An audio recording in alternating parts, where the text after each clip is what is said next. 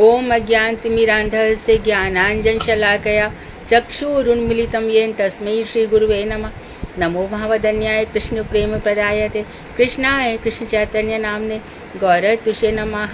हे कृष्ण करुणा सिंधु दीनबंधो जगतपते गोपेश गोपिका कांत राधा कांत नमोस्तुते।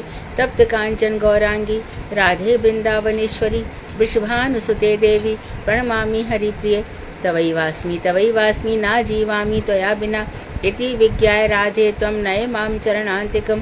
गुरुवे गौरचन्द्राय राधिकाय तदालये कृष्णाय कृष्णभक्ताय तद्भक्ताय नमो नमः। वाञ्छाकल्पतरुभ्यश्च कृपा सिन्धुभ्येव च पतितानां पावनेभ्यो वैष्णवेभ्यो नमो नमः। श्री कृष्ण चैतन्य प्रभु नित्यानंद श्री अद्वैत गदाधर श्रीवासादि श्री गौर भक्त वृंद। हरे कृष्ण कृष्ण कृष्ण हरे हरे, हरे राम राम राम हरे हरे।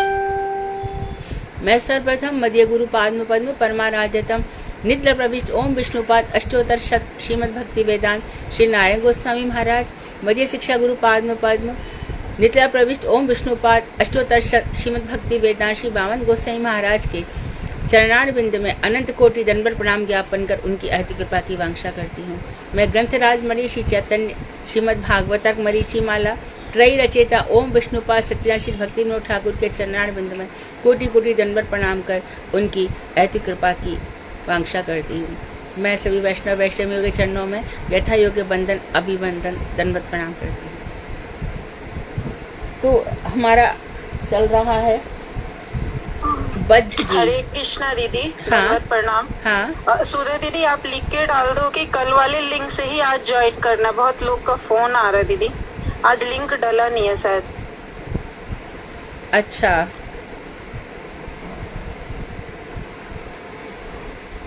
सुधा तुमने सुन लिया? दीदी सुन लिया उन्होंने। अच्छा हाँ जी, हरे कृष्णा जी, दंडवत प्रणाम जी, सुन लिया, मैं डाल रही हूँ। अच्छा तो हमारा ये चल रहा है बद्ध जीव और भगवान स्वयं। तो भगवान ने अपनी माया से 3 गुण बना रखे हैं, सतोगुण तमोगुण और रजोगुण।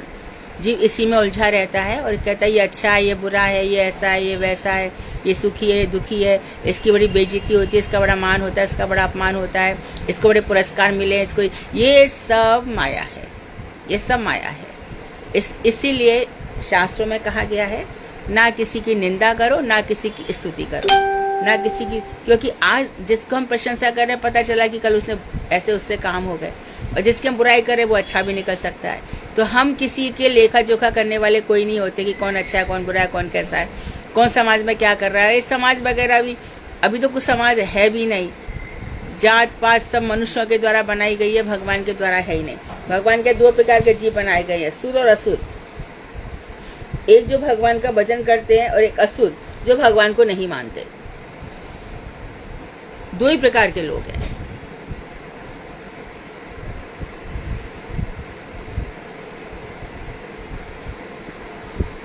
आज हमारा श्लोक कौन सा है? 31 दीदी। 31 ओके।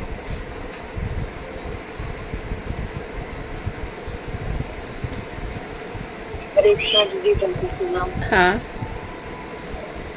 बोलो। हरे कृष्णा दीदी, दंडवत प्रणाम। दंडवत।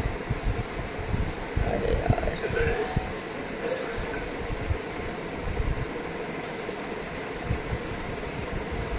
पेज नंबर क्या है? 153 दीदी। 153 3 जी। 270 आ गया।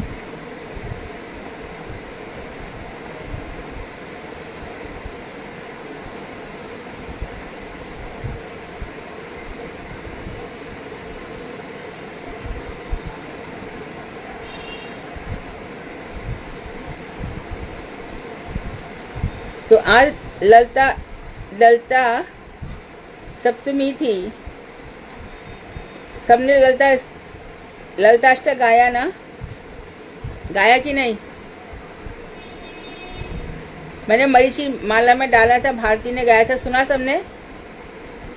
दीदी गुरुदेव का सुना हाँ था, जी, दीदी, हमारा सुन गुरुदेव लिया। का आया हुआ है ना, वो सुना था। हाँ, आज मेरा गुरुजी का रह गया, मैं सुनने वाली हूँ। हाँ जी। कल तो मैंने सुना था, आज क्या बता रहे गुरुजी?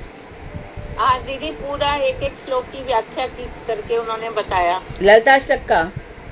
जी दीदी हरे कृष्णा वो तो कल बताया था। हाँ, दीदी। कल बताया था, आज क्या बताया? दीदी हमारे ग्रुप में तो आज आया था, जेडीएस में है एक एक श्लोक का। आज क्या है मोहिनी फिर? ये आज है ना, ये महिमा ही बताई थी, राधा जी की और ललिता सखी की महिमा बताई है। क्या बताइए? ये सुना तो है लेक्चर, लेकिन है ना एकदम दिमाग से निकल रहा है। इतनी जल्दी?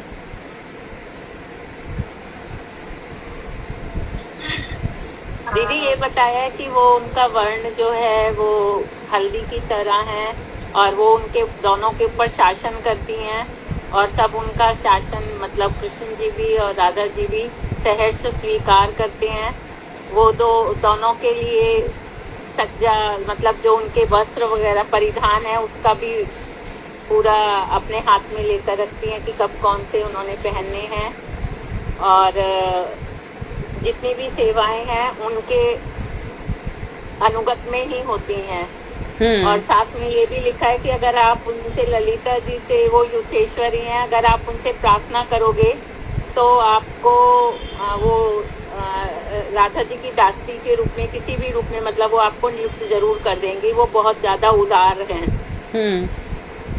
और दीदी वो बहुत शासन करती हैं और वो कृष्ण के ऊपर भी शासन कर लेती हैं और राधा जी के समय आने पर राधा जी के ऊपर भी करती हैं। और वो गोरोचना जैसा उनका रंग है, तो गुरुदेव गोरोचना का मतलब बताते हैं जब स्वाति नक्षत्र होता है और बारिश का पानी जब वहाँ पे पड़ता है तो वो जो उससे उनके खुरपे और जो उसका कलर आता है ना एकदम केसरिया वाला कलर, वो कलर का वो परिधान उनका वो ये वर्ण है और परिधान वो वैसा ही कलर मोर पिच वाला तो करती है ही, पहनती है वो। और वो तांबूल सेवा करती है। तांबूल अर्पण सेवा है ना? जी। हाँ, तुम लोग 36 बोल रहे थे, कौन सा बोल रहे थे? दीदी 31, 33, 32 और ये है 31। ठीक है, तो भगवान ने उद्धव जी से कहा, सा एष संसार तरु पुराणाः, या एष संसार तरु पुराणाः कर्मात्मकः पुष्प फले प्रसूते, हे अस्य बीजे शतमूलास्ति नालाः पंचस्कंध पंच रस प्रसूतिः दशैकशाखो द्विसपर्णनीडा स्त्रवल्कलो द्विफलोर्क प्रविष्टाः। हे उद्धव, भगवान कह रहे हैं यह समष्टि और व्यष्टि स्वरूप विश्व ही अनादि संसार रूपी वृक्ष है। समष्टि एज ए होल पूरा और व्यष्टि अलग अलग, हम सब अलग अलग है, ये व्यक्तिगत, और समष्टि पूरा संसार। इसी बात को भगवान ने गीता में भी कहा 15वें अध्याय में। इसी चीज को समझो, ये संसार क्या है। ऊर्ध्वमूलम् अधःशाखम् अश्वत्थम् प्राहुरव्ययम् छन्दांसि यस्य पर्णानि यस्तं वेद स वेदवित्। यो संसार रूपी वृक्ष है पीपल का, अश्वत्थ मूलम, इसका मूल ऊपर से है, यानी नीचे से कुछ प्रकट नहीं हुआ है, भगवान की माया से प्रकट हुआ है। तो समष्टि एज ए होल, जिसको गर्भोदशाई विष्णु चला रहे हैं पूरे संसार को, है ना। और हम सबके हृदय में कौन है? क्षीरोत्साही विष्णु। कारण अर्णवसाई विष्णु की इच्छा है। गर्भोदशाई विष्णु पूरे संसार में प्रवेश करके उसका संचालन कर रहे हैं और क्षीरोत्साही विष्णु हम सबके हृदय में है। तो हे उद्धव, यह समष्टि पूरा संसार और व्यष्टि अलग अलग स्वरूप, ये संसार ही अनादि संसार रूपी वृक्ष है। अनादि वृक्ष है, यानी कि आज का नहीं है, यह हमेशा ही था। कोई जीव ऐसा नहीं जो नया है। पत्ते पत्ते में जीव है। यमलार्जुन वृक्ष के नाम से आप लोग समझ गए होंगे। तो ये संसार रूपी वृक्ष अनादि है, जिसका कोई आदि नहीं है, प्रारंभ से ही है। यह वृक्ष कर्म प्रवाह में है, अर्थात प्रवाह रूप से क्या कर रहा है, ध्यान दो। नित्य शुभ अदृष्ट सौभाग्य और दूरदृष्ट अर्थात दुर्भाग्य, इन दो प्रकार के फलों को प्रसव करता है। तो यह वृक्ष क्या कर रहा है, कर्म प्रधान है। यहाँ पर शुभ चल रहे हैं और अशुभ चल रहे हैं। शुभ और अशुभ दो प्रकार के कर्म चल रहे हैं।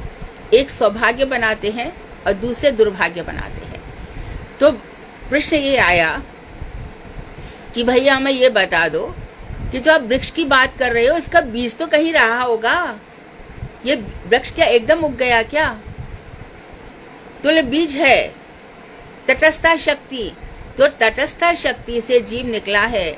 वहां भगवान ने थोड़ी सी जीव को स्वतंत्रता दे रखी है।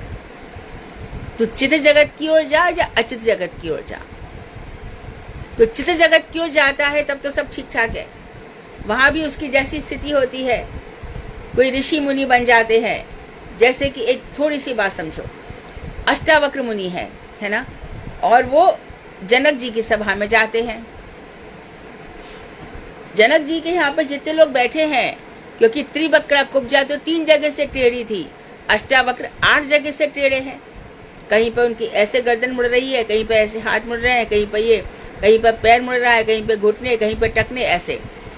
तो उनको देख के सब हंसने लगे। तो अष्टावक्र बहुत जोर से बोले, जनक जी आपने क्या चमारों की सभा बुलाई है क्या, जो शरीर को देखते हैं आत्मा का दर्शन नहीं कर पाते? ये अष्टावक्र एक बार चलते चलते हमारे बरसाने पहुंच गए। ऐसा पुराणों में, एक पुराण में मैंने पढ़ा था। तो वहां पर पहुंच गए तो वहां पे किशोरी जी हमारी राधा रानी बैठी थी।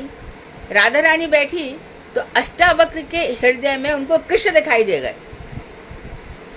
महात्मा लोग हृदय में ही देखते हैं किसके अंदर कृष्ण कितना है। मत समझो कि तुम्हें कृष्ण की चाह, राधा जी की चाह तो अधूरी रह जाएगी। कोई ना कोई जीवन में आएगा जो तुम्हारी इस चाह को संपूर्ण रूप से पूरा करेगा। राधा दामोदर मंदिर में रासबिहारी गोस्वामी जी की समाधि है। तो वो अक्सर किसी से मिलते नहीं थे। ये वो गोस्वामी जी है जिन्होंने अखंडानंद जी के मुकाबले गीता प्रेस गोरखपुर की जितनी किताबें हैं सबका अनुवाद, सारे ग्रंथों का अनुवाद अखंड सरस्वती ने किया है। उनकी सभा चल रही थी, लेकिन वो क्योंकि मायावादी थे इसलिए उन्होंने भरी सभा में अखंडानंद जी को कुछ बोला। तो उनका यश बहुत है कि उनको यश प्रतिष्ठा कुछ भी नहीं चाहिए थी। किसी से बातें नहीं करते थे, सबको भगा देते थे। हमने भी कोशिश करी। तो उस समय मेरे मन में आया कि मेरे हृदय में यदि कृष्ण देख रहे हैं कि मुझे बहुत ज्ञान प्राप्त करने की इच्छा है, तो उनके अंदर का बैठा कृष्ण मुझे क्यों भगाएगा? मैं क्या बिगाड़ रही हूँ उनका, क्या कर रही हूँ मैं? ऐसे मेरे मन में आ गया। मैं बहुत छोटी सी थी, 16-17 साल की रही होंगी। तो मैं गई, ऐसा कुछ भी नहीं हुआ, उन्होंने मुझे नहीं भगाया, बल्कि देख के तो संतों की बात बता रही हूँ। ये मेरी तुम्हारी महिमा की बात नहीं है। उनकी आंखों में झरझर आंसू आए, खूब आशीर्वाद दिए। तो जो भगवान को चाहते हैं, भगवान उनको कैसे दुत्कार कर सकते हैं? संसार दुत्कारेगा, ये भगवान की इच्छा रहती है। संसार अपमानित करेगा, संसार समझ ही नहीं सकता कृष्ण के भक्तों को। वो उनको अपनी दृष्टि से देखेगा, समझेगा। परंतु ध्यान रखो, तुम्हारे हृदय में यदि भगवान श्री कृष्ण के प्रति सच्चा प्रेम है, वास्तव में सच्चा है, तो कृष्ण बहुत हिसाब से चलेंगे। फिर कहाँ पे हटाएंगे, कहाँ पे छोड़ेंगे, कहाँ क्या करेंगे, उनका हेडेक है, अपना नहीं है। वो तो चला रहे हैं जीवन। तो अष्टावक्र जी वहां जा रहे थे, राधा रानी बैठी। राधा रानी को उनके चरणों में उनके हृदय में कृष्ण दिखाई दे गए और राधा जी खिलखिला के हंस पड़ी। जैसे कि हमारे रूप गोस्वामी खंज कृष्णदास को देख करके इसलिए हंसे, खंज कृष्णदास को देख के नहीं हंस रहे थे, वो तो राधा रानी के भावों में थे। तो राधा रानी को उनके हृदय में कृष्ण दिख गए तो बहुत जोर से हंस पड़े। तो इतने में कृष्ण भी वहां पर आ गए। तो उन्होंने कहा कि लड़की मुझ पर हंस रही है, कृष्ण देखो। बोले आप पे कभी नहीं हंस सकती राधा, राधा किसी पे हंस, ऐसा कभी हो ही नहीं सकता। तो देखो ये खिलखिलाकर हंस रही है मुझे देख करके। फिर इसमें और लोगों में अंतर क्या रह गया? तो कृष्ण बोले नहीं, राधा ऐसा कभी नहीं करेगी। राधा तुम बताओ क्यों हंस रही थी? बोले नहीं, मुझे आप ही दिख गए इनके हृदय में, तो मुझे आपको देख करके एकदम हंसी आ गई। तो उन्होंने कहा अच्छा तूने मेरे को इतना पहचाना, जा मैं तुझे वरदान देता हूं, तू हमेशा किशोरी रहेगी।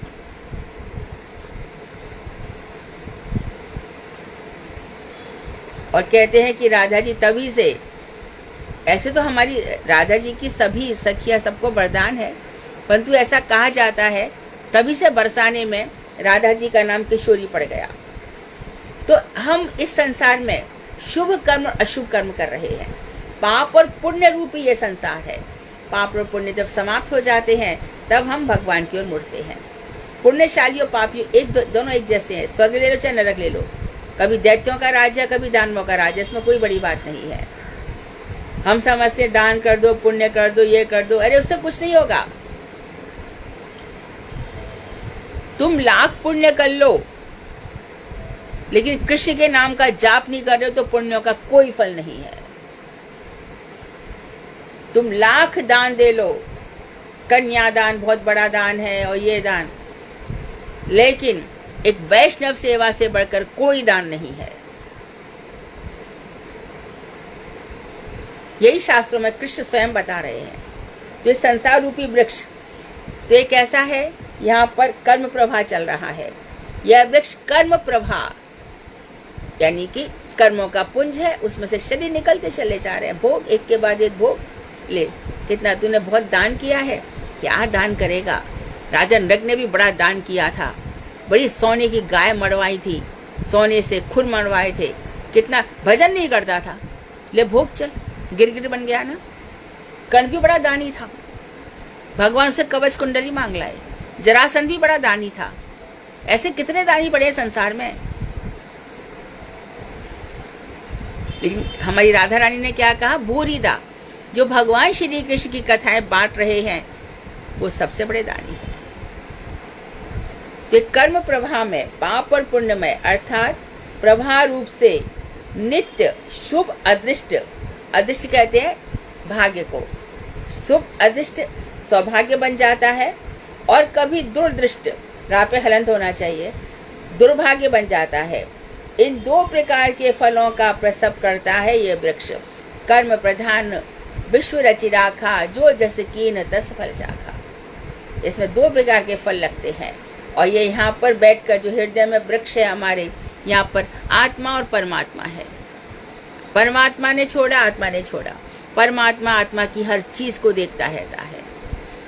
आत्मा जो शरीर धारण करता है, शरीर को ये समझता है मैं करता हूं, मैं भोगता हूं, सुख दुख शरीर के भोग है। पंचम स्कंध में रहुगण को हमारे भरत मुनि ने यही समझाया, जड़ भरत जी ने।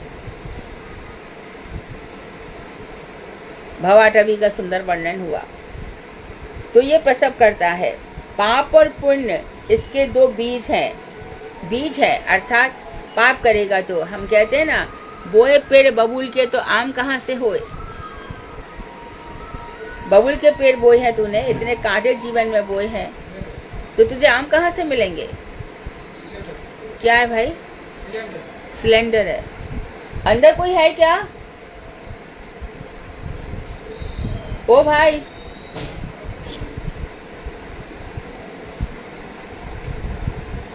एक मिनट है। आप 1 घंटे बाद ला सकते हो? 1 घंटे बाद आ सकते हो क्या? हाँ, तो आप रख के जाओ ना, 1 घंटे बाद आ जाओ।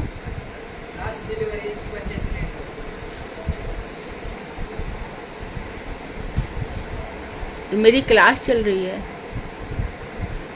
1 सेकेंड।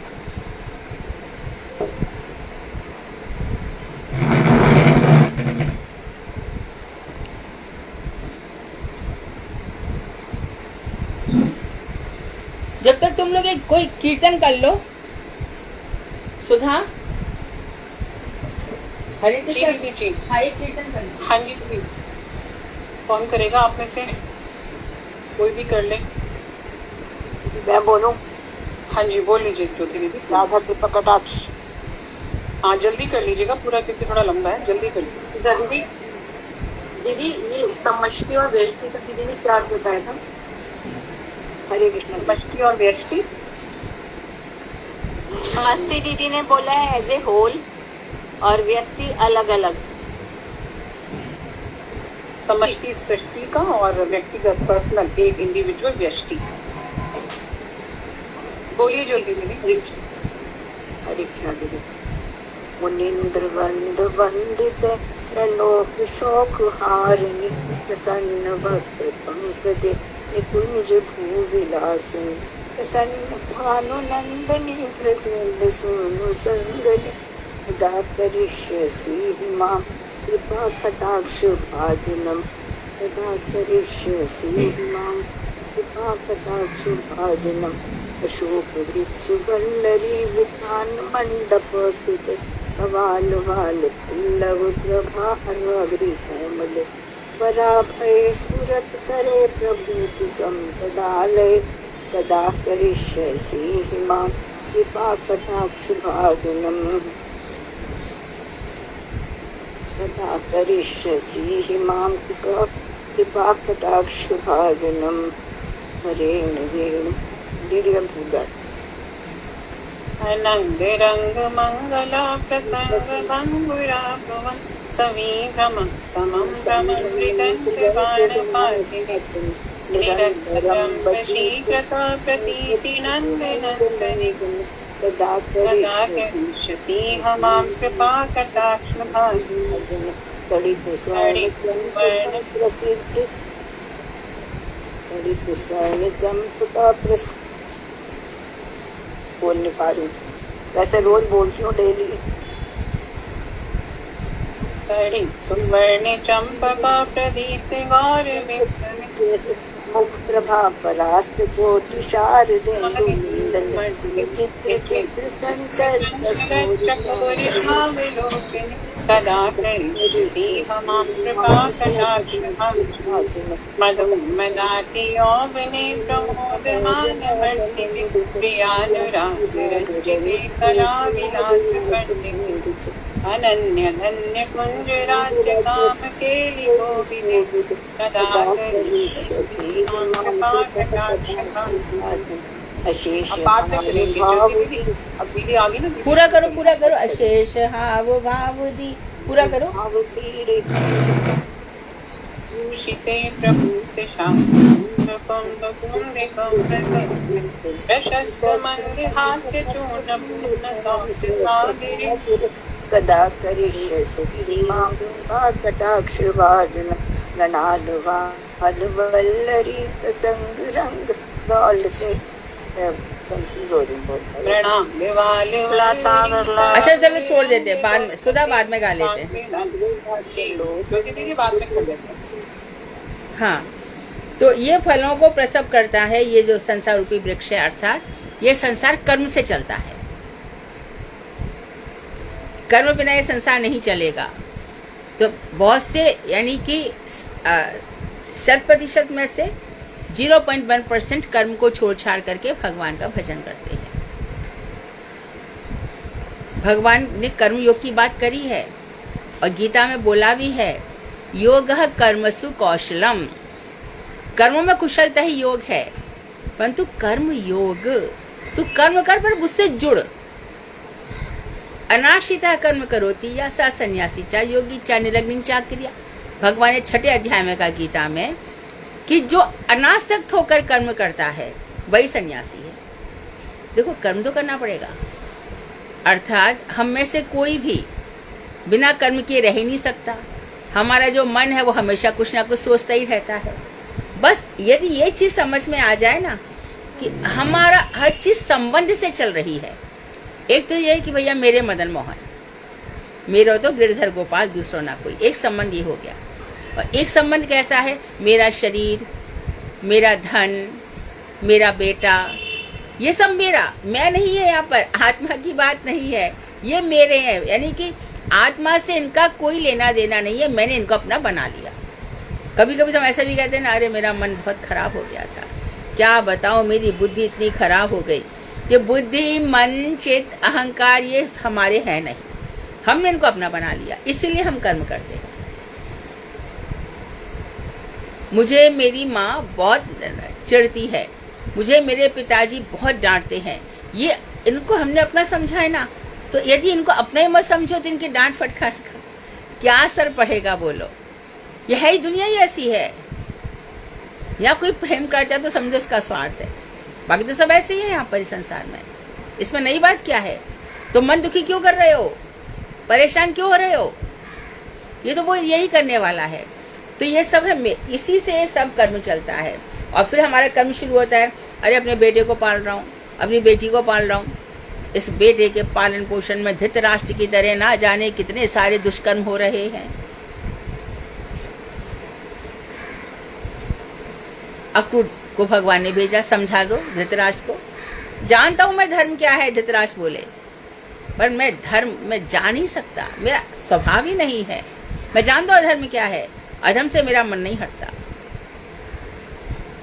तो ये आप समझो, ये संसार है, इन फलों को प्रसव करता है। पाप और पुण्य ये इसके बीच है। शत शत वासना इसकी जड़ है। एक कामना पूरी नहीं हुई कि दूसरी कामना, इसलिए अन्याभिलाषिता कहा गया। भजन में जो हो रहा है होने दो। तो ये तो अच्छा नहीं हो रहा, लोग क्या कहेंगे? अरे लोगों के लिए भजन नहीं है, कृष्ण क्या कहेंगे? तुलसीदास जी का भी बहुत कुछ बिगड़ा। रावड़ी बिगाड़ी जो बिगाड़ी बिगड़ेगी कहाँ? अरे आपका बिगाड़ा मेरा कुछ नहीं बिगड़ने वाला है। कहो लोग वेद के न लोग कहा कहे। आप भी समझ लो, आप भी समझो कि लोग क्या कहेंगे कि आपके भक्त का क्या हाल हो रहा है। कृष्ण जाने। इसी प्रकार से जो बजरंग बाण है, लोग उसको रोज रोज नहीं पढ़ते, क्योंकि उसमें कुछ ऐसा है कि हनुमान जी की शपथ कुछ ली जाती है ऐसे। तो सहज सरल भाव है। तो फिर बताया उन्होंने, शत शत वासना इसकी जड़ है। ये संसार कैसे चल रहा है? इच्छाओं से। खुद भगवान ने इच्छा की है। सा इच्छत, उन्होंने इच्छा की। किसने? कारण अर्णव से विष्णु ने। जैसी इच्छा करी वैसी माया देवी सामने आ गई। जाओ, मया अध्यक्ष ने प्रकृति सुयते चराचर जगत। मेरी अध्यक्षता में यह प्रकृति संसार को उत्पन्न कर रही है। इसने नदियां बना दी, पहाड़ बना दिए, सारा संसार जगत था जो प्रकट कर दिया, जो अब तक तिरोधान में था, छुपा हुआ था, उसको प्रकट कर दिया। और बाद में जीवों से संसार में ब्रह्मा ने देखा, सारे जीवों को इसमें भर दिया। जितने भी बीज थे सब कारण अर्णव से विष्णु ने किसमें संचरित कर दिए? माया में। बस सारा संसार भर गया। तो पाप और पुण्य इसके बीच है, वासना इसकी जड़ है, और त्रिगुण सतरज और तम इसके त्रिनाल तने हैं, इस वृक्ष के तने हैं। पंचभूत आकाश, वायु, अग्नि, जल और पृथ्वी, इसके 5 स्कंध हैं। वृक्ष पूरा बता रहे हैं। वो तने हैं, स्कंध है, मोटे मोटे जो तने होते हैं। और 5 विषय, शब्द रूप रस गंध स्पर्श, 5 विषय इसके।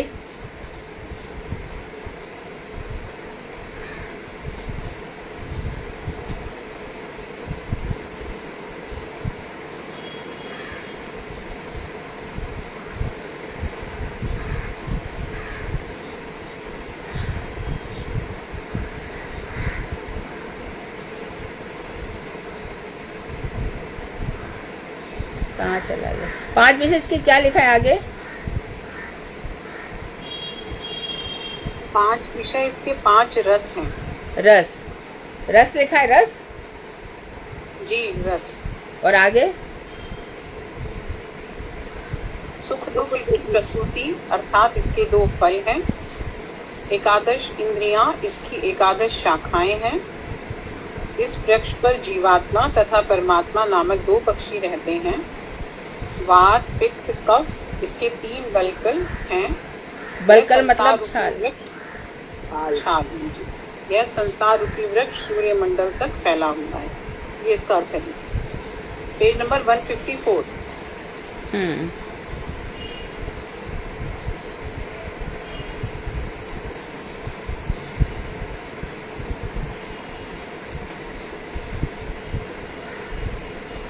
पहले इसमें होता नहीं था, अभी आजकल ऐसा होने लग गया ना, ये खराब हो जाता है बीच बीच में।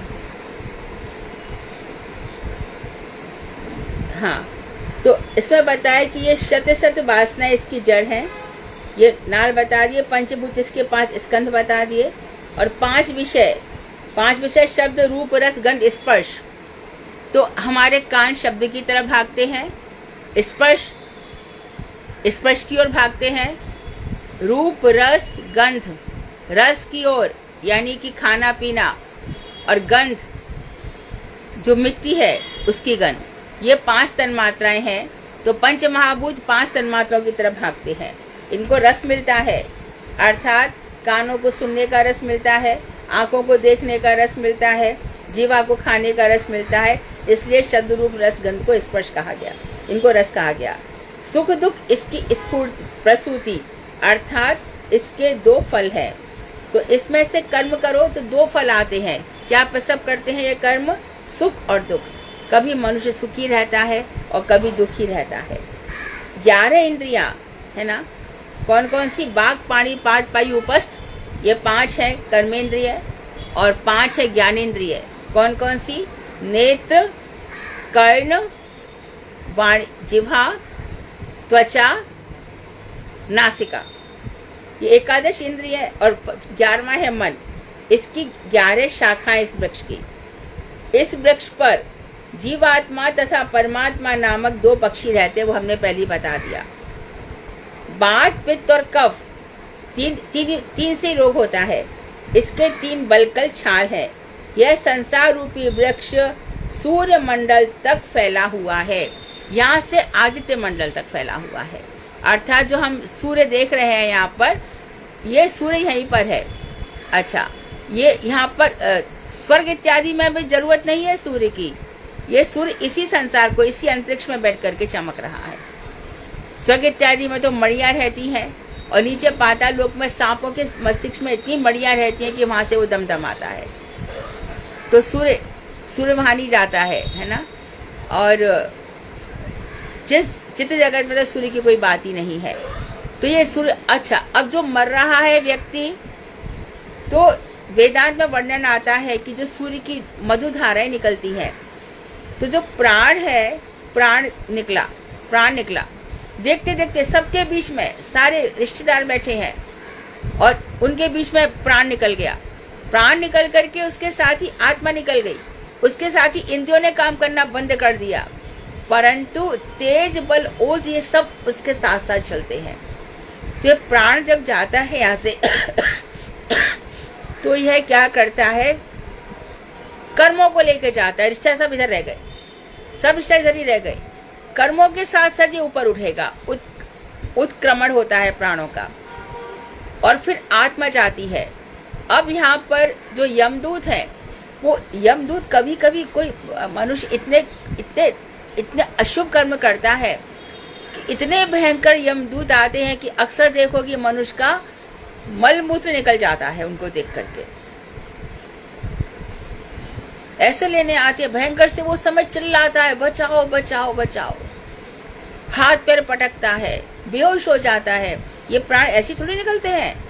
पापियों के प्राण तो पूरे खराब तरह से निकलते हैं। कहते हैं कि जिस समय हिटलर मरा तो वो हाथ ऐसे करके कि मेरा हाथ, उसको होश था कि देखो मैंने इतने सब लोगों को मारा पर मैं खाली हाथ जा रहा हूं। मैंने अपनी इस देह के लिए कितने लोगों का कितना सब कुछ किया। ये मांस खाना, ये पशुओं को मारना, ये सब इनकी बड़ी बुरी दुर्दशा होती है। तो अब उसमें जब ये सब निकल जाता है तो ये संसार वृक्ष है। फिर जब आत्मा उसके साथ चली जाती है तो जैसा उसका कर्म होता है वैसा सूर्य मंडल तक, क्योंकि अभी उसका शुभ कर्म तो हुआ नहीं है। शुभ कर्म भी होगा तो फिर से यहीं आना पड़ेगा। भजन उसने किया नहीं है, भजन करेगा तो चित्त जगत में जाएगा, यहाँ पे तो रहेगा ही नहीं। तो कभी वो 1 वर्ष तक, कभी 2 वर्ष तक, कभी 10 वर्ष तक ऐसे ही घूमता रहता है। कभी उसके बहुत ज्यादा पाप कर्म है तो प्रसव होगा और पता चला कि मैया के पेट में ही बच्चा मर गया। और कभी कभी तो ऐसा दुश्मन निकलता है कि माँ को लेकर भी मर जाता है। कभी कभी ऐसा कुकर्मी आता है कि 5 महीना 10 महीना रह करके चला जाता है।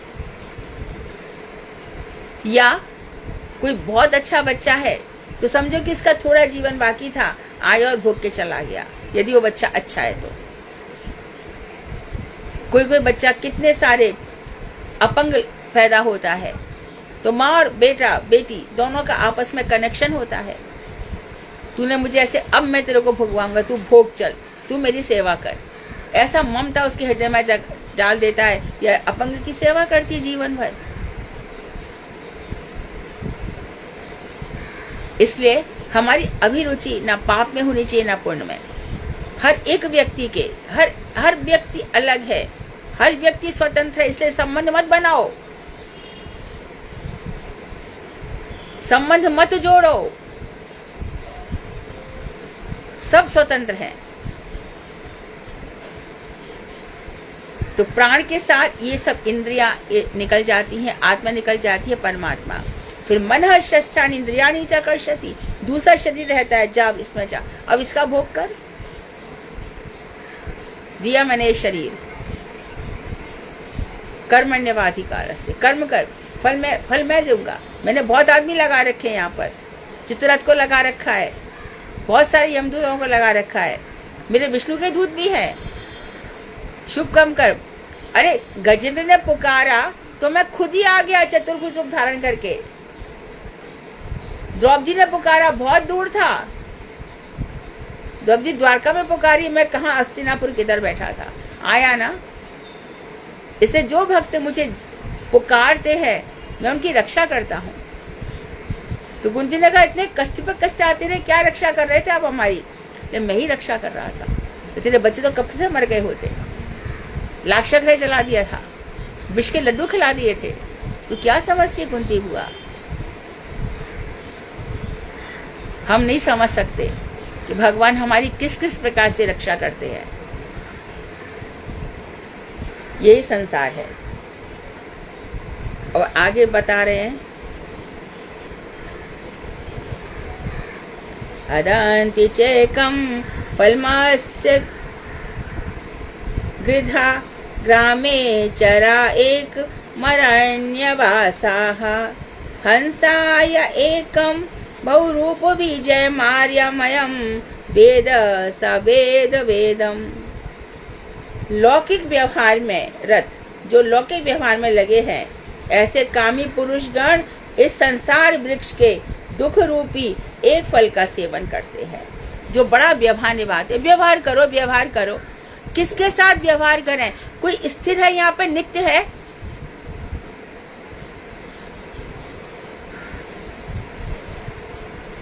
कौन नित्य है यहाँ पर?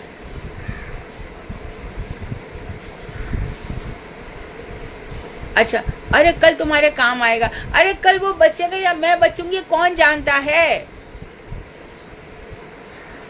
हाँ, भगवान के भक्त हैं, ये समझ के हम सबसे व्यवहार रखेंगे, समय भगवान का दर्शन करके सबसे व्यवहार रखेंगे।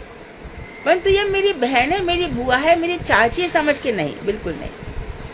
तो व्यवहार में रत कामी पुरुषगण, इनकी विभिन्न इच्छाएं रहती हैं, बहुत इच्छाएं रहती हैं।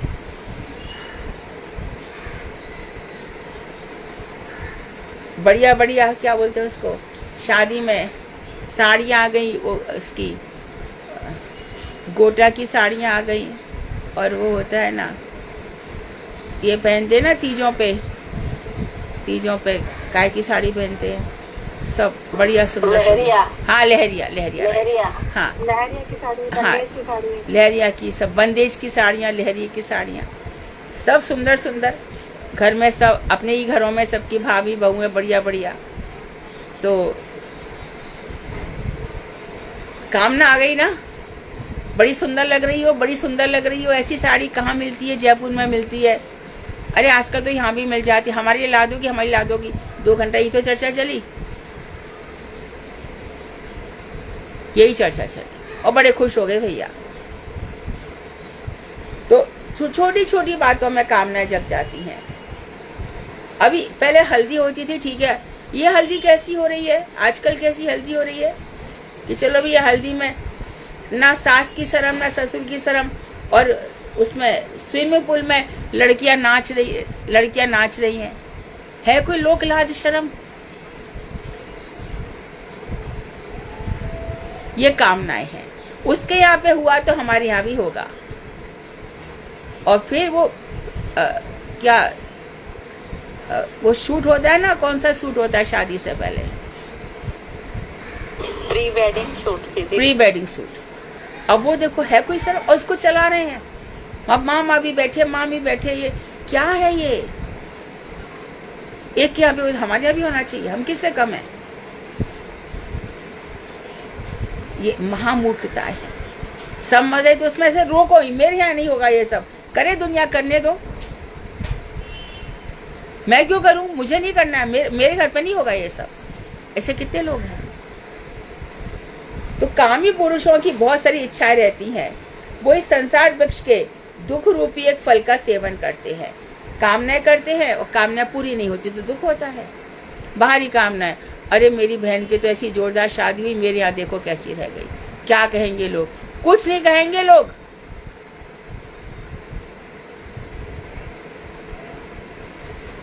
और लोगों के लिए हम जी रहे हैं क्या? अच्छा, इसके सुख रूपी निवृत्ति नामक दूसरे फल का वन में रहने वाले सन्यासीगण आस्वादन करते हैं। तो एक तो की प्रवृत्ति, ये जो कामी लोग हैं, दुख पे दुख, दुख पे दुख, दुख पे दुख, जन्म पे जन्म, जन्म पे जन्म भोगते हैं। और एक इन सब को देख करके निवृत्ति परायण हो जाते हैं और वो घर पे रहकर भी वनवासी जैसा जीवन जीते हैं। और फिर ये लोग वास्तव में संसार में रह करके ये क्या करते हैं? सन्यासीगण ये सुख का आस्वादन करते हैं। तो इस संसार में जो कामी पुरुष है उनको दुख पे दुख है, और जो सन्यासी है अर्थात सब प्रकार से अपने मन को हटा लिया है, उनके पास सुखी सुख है। इस संसार रूपी वृक्ष में गुप्त भाव से और भी एक फल लगता है। ये भगवान कह रहे हैं, जो मैं स्वयं हूँ। एक फल और है जो बड़ा गोपनीय है। अर्जुन से भी भगवान ने कहा, सुन गुह्य फल सुन, ये ब्रह्म है। गुह्यतर फल सुन, ये परमात्मा है। गुह्यतम फल सुन, ये भगवान है। और देख, राज विद्या बताता हूँ तेरे को, जो किसी और को मत बताना। सर्व धर्मान परित्यज्य मामेकम शरणम व्रज। सारे धर्मों को छोड़ दे, कोई काम तेरे लिए बाकी नहीं है। और ये घर में सूतक लगे हैं। अरे धत, सूतक बूतक ये किसके लिए है? संसार में कोई मरेगा, कोई जिएगा, चलता ही रहेगा। तूने अपना मान कैसे लिया उसको? अरे हमारे रिश्ते में, हमारा वंश है, हमारा क्या है ये सब? किसने बना लिया? अभी मानो एक बहू आई घर में, डिवोर्स लेके चली गई, वंश लेके चली गई क्या? जब वंश से जुड़ी रह गई।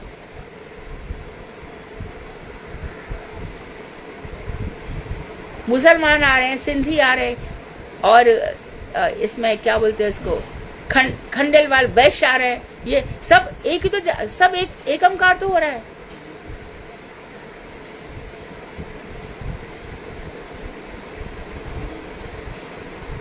तो ये सब मानने से है।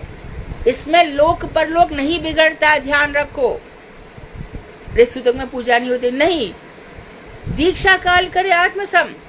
कृष्ण कह रहे हैं कि दीक्षा के समय में अपने समान बना लेता हूं। तो फिर तुमको कह के सूतक लग गए? तो भक्तों को ना सूतक लगते ना भी सूतक। आप देखो, ग्रहण में भी हमारे मठ में क्या होता है, जैसे ग्रहण के समय कीर्तन हुआ, कीर्तन के बाद सब दीपावली पर दीपक चलाने चले गए। नहीं भैया, हमारे यहाँ तो ऐसा नहीं होता है। तेरे यहाँ कहाँ से आ गया? तू कहाँ से आ गई? किस वंश में? पहले जन्म में क्या थी, इस वंश में अब कहाँ से आ गई? नहीं भैया, हमें तो सब धोया जाता है, हमें तो घर में छींटे मारे जाते हैं, हमें तो ये होता है। वहीं पर रखी रह गई ना। यानी कि गुरु वैष्णवों का संग ही नहीं किया, फिर प्रगति कहाँ से होगी? तो जिनके चरणों में आए हो, तो जैसा वो जी रहे हैं वैसा जियो ना। नहीं नहीं, ऐसा नहीं होता है। अरे भैया, मठ में तो 10वीं में सब चावल खा लेते हैं। हमारी तो मैया ने मना किया कि 10वीं के दिन चावल नहीं खाने का। तो कर्म कांडी स्मार्टी है क्या? गुरु वैष्णव ने बोल दिया, उनसे बढ़कर तू हो गई क्या? या तेरे घर वाले हो गए? प्रश्न करेंगे, फोन पे फोन करेंगे। अरे जिसको तुमने अपना लिया, भगवान ने तुमको दे दिया, अब वहीं पर चलो, प्रश्न कोई रहना ही नहीं चाहिए। तो ये उन्होंने कहा वो मैं स्वयं हूँ।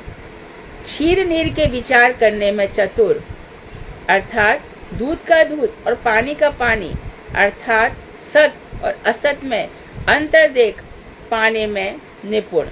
तो क्षीर निर्विवेकी जो हंस होता है वो क्या करता है, दूध और पानी में से दूध को अलग कर लेता है और पानी को फेंक देता है। सार सार को देह रहे, थोता दे उड़ाए। इसी प्रकार से जो विद्वान लोग हैं वो सार वस्तु को ग्रहण कर लेते हैं और असत और असार वस्तु को अपने जीवन से निकाल देते हैं।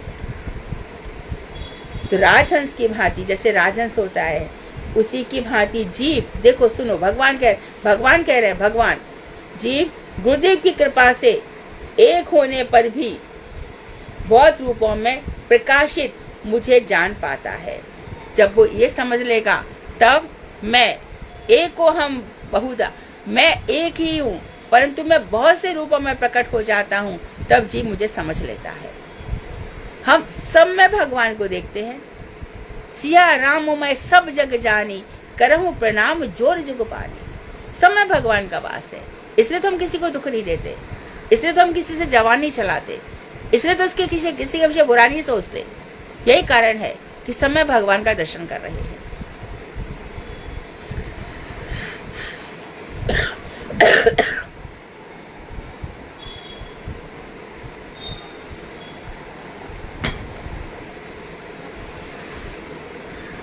संसार रूपी वृक्ष को जो मायामय के रूप में जानता है, केवल मात्र वही वेदों के यथार्थ तात्पर्य से अवगत है या होता है।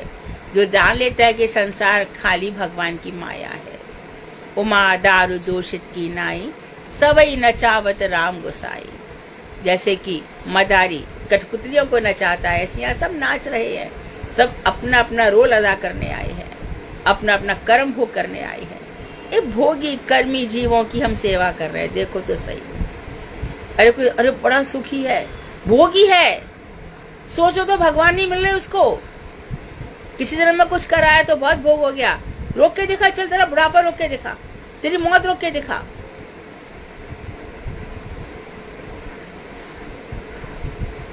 कितने सारे जीवों का क्या क्या वो भोग कर रहा है, कितने जन्मों तक भोग करेगा। बहुत पैसे वाले हैं, तो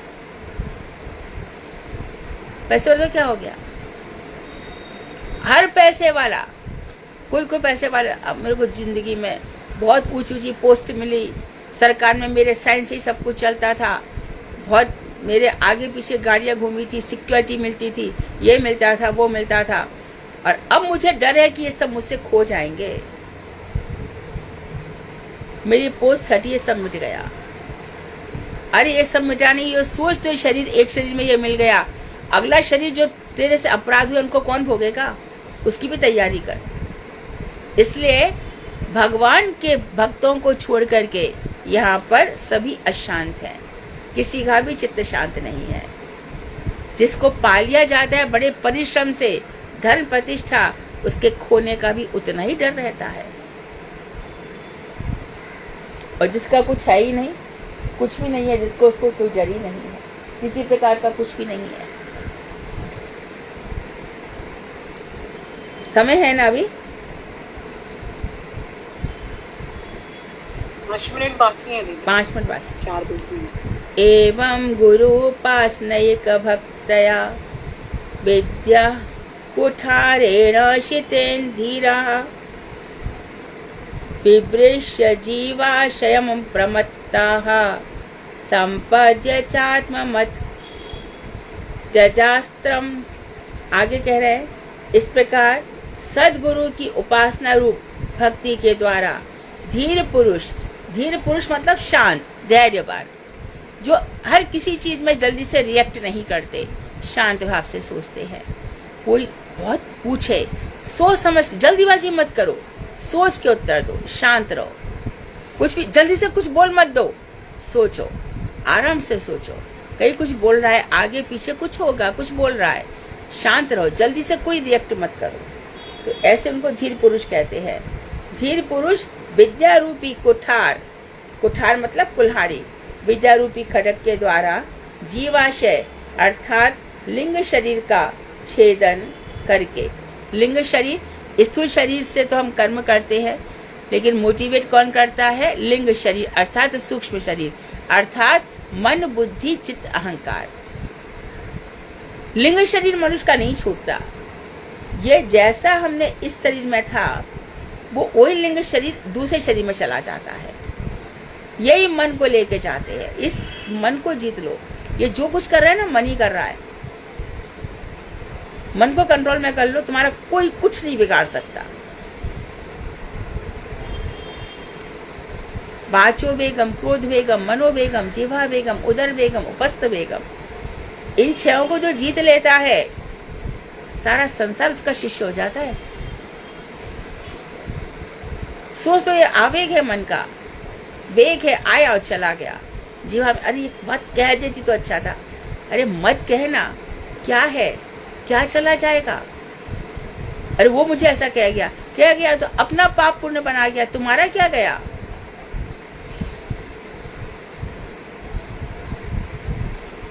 तो यहाँ पे कह रहे हैं कि सदगुरु की कृपा से, सदगुरु की उपासना करो। सदगुरु की उपासना रूप भक्ति के द्वारा सदगुरु जब कृपा करेंगे तो हम धीर बन जाएंगे, उपदेशामृत हमारे जीवन में आ जाएगा। और फिर विद्या रूपी कुठार के द्वारा हमारे पास जो विद्या है, अर्थात अभी तक अविद्या थी, मैं और मेरा था, अब ये देहात्म बुद्धि छूट चुकी है, यही विद्या है। इस ज्ञान के द्वारा जीवाशय, जीवाशय समझो, इस शब्द को समझ लो। अनुशयी जीव समझो, ध्यान से समझो, ये वेदांतिक वर्ड है। अनुशयी यानी कि सृष्टि हो या प्रलय हो, जीव अपने संस्कारों को लेकर के पड़ा रहता है।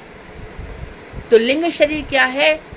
मनुष्य के कर्मों के संस्कार, ये नहीं मिटते, करोड़ों जन्मों तक नहीं मिटते भैया, यदि सदगुरु की कृपा ना हो, भगवान की कृपा ना हो, या वैष्णवों की कृपा ना हो। तो जीवाशय, आशय मतलब संस्कार, जीवों के संस्कार अर्थात लिंग शरीर का छेदन करके ऐसे लोग गुरु की कृपा से आत्म संपत्ति प्राप्त कर अर्थात आत्मा में स्थित हो जाते हैं। हमारो धन राधा श्री राधा श्री राधा, ये हमारी संपत्ति है। मेरो तो गिरधर गोपाल दूसरो न कोई, बड़ा संपत्तिवान हूँ मैं, निर्बल के बलराम, मेरे तो बलराम है, मैं किसी से कम नहीं हूँ। पग पग पर कृष्ण मेरी रक्षा कर रहे हैं, पग पग पर, यही सबसे बड़ी संपत्ति है। इसको प्राप्त करके उस ज्ञान रूप कुठार का अर्थात जो मैं और मेरा हटा दिया, उस ज्ञान रूपी कुठार का भी, उसका भी त्याग करने पर पराभक्ति प्राप्त करेंगे। तो अविद्या विद्या सबसे ऊपर उठकर एकदम निर्मल चित्त हो जाएंगे। सरलता ही वैष्णवता है, एकदम सरल स्वभाव से वो मेरा ही भजन करेंगे और जो बहुत ही सुदुर्लभ है उस भक्ति को प्राप्त करेंगे। भक्ति की सबसे बड़ी पहचान क्या है? ना उसको दुख सताते हैं, आएंगे सताते नहीं है, ताप आएगा, बीमारी आएंगी, सताते नहीं है, शोक आएगा, सताता नहीं है, मोह उसको भी हो सकता है, उसका भी परिवार सब, लेकिन वो मोहित नहीं होता। तो इस प्रकार से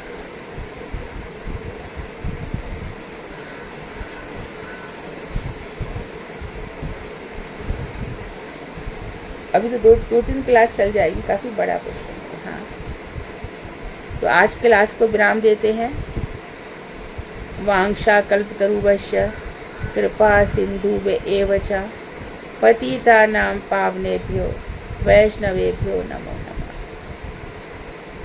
हरे कृष्णा दीदी, दंडवत प्रणाम। हाँ दीदी, जैसे आपने अभी बताया त्रिगुण की इसके त्रिनाल हैं, तने हैं, और हाँ। पंचभूत इसके 5 स्कंद हैं, तो स्कंद भी तना हो गया और ये त्रिनाल भी। स्कंद मोटे तने होते हैं, एक तो छोटी छोटी अच्छा। ब्रांचेस होती है, एक मोटी मोटी होती है, उनको स्कंद ठीक। कहते हैं। और दीदी, जैसे आपने बताया कि दूसरा शरीर में फिर आदमी उसको लेगा और फिर सहन करेगा जो भी हमने कर्म किए हैं, तो वो आत्मा भी उसमें इन्वॉल्व होगी या आत्मा बिना तो शरीर आएगा ही नहीं ना। आत्मा तो शरीर में वही जाएगी ही आत्मा जाएगी। आएगी साथ में, आत्मा- वही पुरानी आत्मा आएगी। आत्मा पुरानी नहीं होती है, एक ही होती है। हम उसी आत्मा तो धारण कर रहे हैं, ये आत्मा चल रही है। अच्छा, बार बार हम वही आत्मा में हाँ, आते हम हैं, आत्मा ही अलग-अलग है, शरीर अलग अलग करता है, आत्मा एक ही है। ठीक है दीदी, यही क्लियर करना था। ठीक है दीदी, हरे कृष्ण हरे प्रणाम। कृष्ण। धन्यवाद, प्रणाम दीदी। जय जय हो दीदी आपकी। जय जय गुरुदेव। बताइए, बोलो कुछ।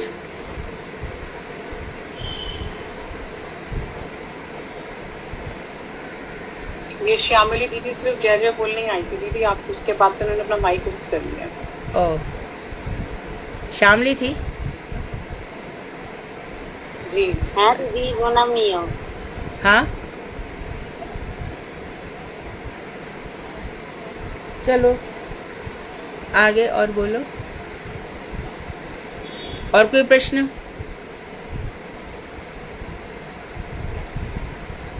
हरे कृष्णा दीदी, धन्यवाद प्रणाम। हाँ, मुझे एक क्वेश्चन पूछना है। पूछो। अभी जैसा आपने बताया कि गुरु वैष्णव की कृपा होती है, उसके बाद ही हम कुछ भी कर पाते हैं। तो हमारे मन में जो भक्ति करने की इच्छा होती है, जो डिजायर आती है भक्ति करने की, तो वो भी गुरु वैष्णवों की कृपा से होती है। सुनो लेकिन हाँ, बोलो बोलो। तो अगर सारी चीजें जो भी हो रही है वो गुरु वैष्णवों की कृपा है, तो हम क्या कर सकते हैं? मतलब हाँ। आप नहीं कंट्रीब्यूट। सुनो, तुम्हारे अंदर जो भक्ति की भावना आई, वो पूर्व जन्मों की तुम्हारी कुछ सुकृति बनी। ठीक है, चतुर्विधा भजन्ते माम सुकृतो अर्जुन। सुकृतिवान 4 प्रकार के लोग मेरा भजन करते हैं। आर्तो जिज्ञासु अर्थार्थी ज्ञानी च भर्तर्षभ। अच्छा, अब ये 4 प्रकार के लोग जब भजन करने के लिए बढ़े आगे, तो उस समय गुरु वैष्णवों का योगदान ये होता है कि हमारी भक्ति को पुष्ट करते हैं। सभी कुछ वो करते हैं ऐसा कहीं नहीं लिखा है। भक्ति की आगे जो पुष्टि है, नरिशमेंट जो मिलता है, वो गुरु वैष्णवों की कथाओं से मिलता है। वो तुमको जो भक्ति मिल गई वो रुक जाएगी, आगे नहीं बढ़ेगी। आगे बढ़ने के लिए वो लोग चाहिए, ग्रंथ चाहिए, प्रयास चाहिए, अभिधेय है ना, संबंध अभिधेय, प्रयोजन अभिधेय, एकादशी व्रत इत्यादि, ये सब। तो वो सब कर रहे हैं ऐसा नहीं है, बिल्कुल नहीं है। उन्होंने आपको नाम दिया, लेकिन सारे प्रयास आपको ही करने हैं। गुरु वैष्णव कृपा कर सकते हैं, क्या संसार सागर से बचा सकते हैं। ये सब जो ज्ञान दे रहे गुरु वैष्णव बता रहे ना, ये मत करो, ऐसा मत करो, ये गुरु वैष्णव करते हैं। जी दीदी, थैंक यू, समझ गई मैं। हरे कृष्णा दीदी, धन्यवाद प्रणाम। हाँ दीदी, जैसे आपने कहा कि प्राण और आत्मा निकल जाते हैं शरीर छोड़ के, तो ये 2 अलग अलग चीजें हैं? बिल्कुल बिल्कुल अलग है, दोनों अलग है। आत्मा अलग है, प्राण अलग है। आत्मा, प्राण, इंद्रिय सब अलग अलग है। सूक्ष्म शरीर या जिसको लिंग शरीर कहते हैं, सब अलग है। जब सृष्टि तत्व पढ़ा था ना द्वितीय स्कंध में। हाँ जी, ठीक है दीदी। प्राण और इंद्रिय काफी क्लोज है, प्राण और इंद्रिय काफी क्लोज है, आत्मा परमात्मा क्लोज है। जब 10 दिन के अंदर जब गर्भ होता है माता जी, माँ बहनों को, तो उस समय आत्मा सबसे पहले आती है, उसके बाद फिर शरीर 10 दिन के अंदर एक बेल के समान शरीर बन जाता है। फिर धीरे धीरे धीरे उसमें आंख, नाक, कान प्रकट होने लग जाते हैं। फिर प्राण भी उसी समय आ जाते हैं आत्मा के साथ। इसलिए संसार में सबसे बड़ा पाप है भ्रूण हत्या। जीव की हत्या सबसे बड़ा पाप है। मार के खाओ, गर्भ में मारो, ये सब एक जैसे ही है।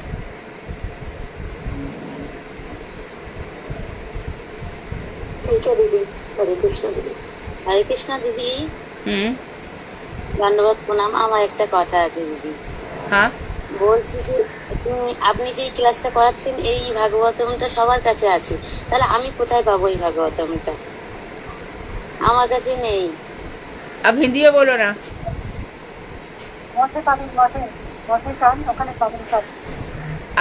अब भागवत আমি অতটা বলতে পারি না দিদি। আমি বাংলা বুঝবেছি, लेकिन आप हिंदी में बोलो।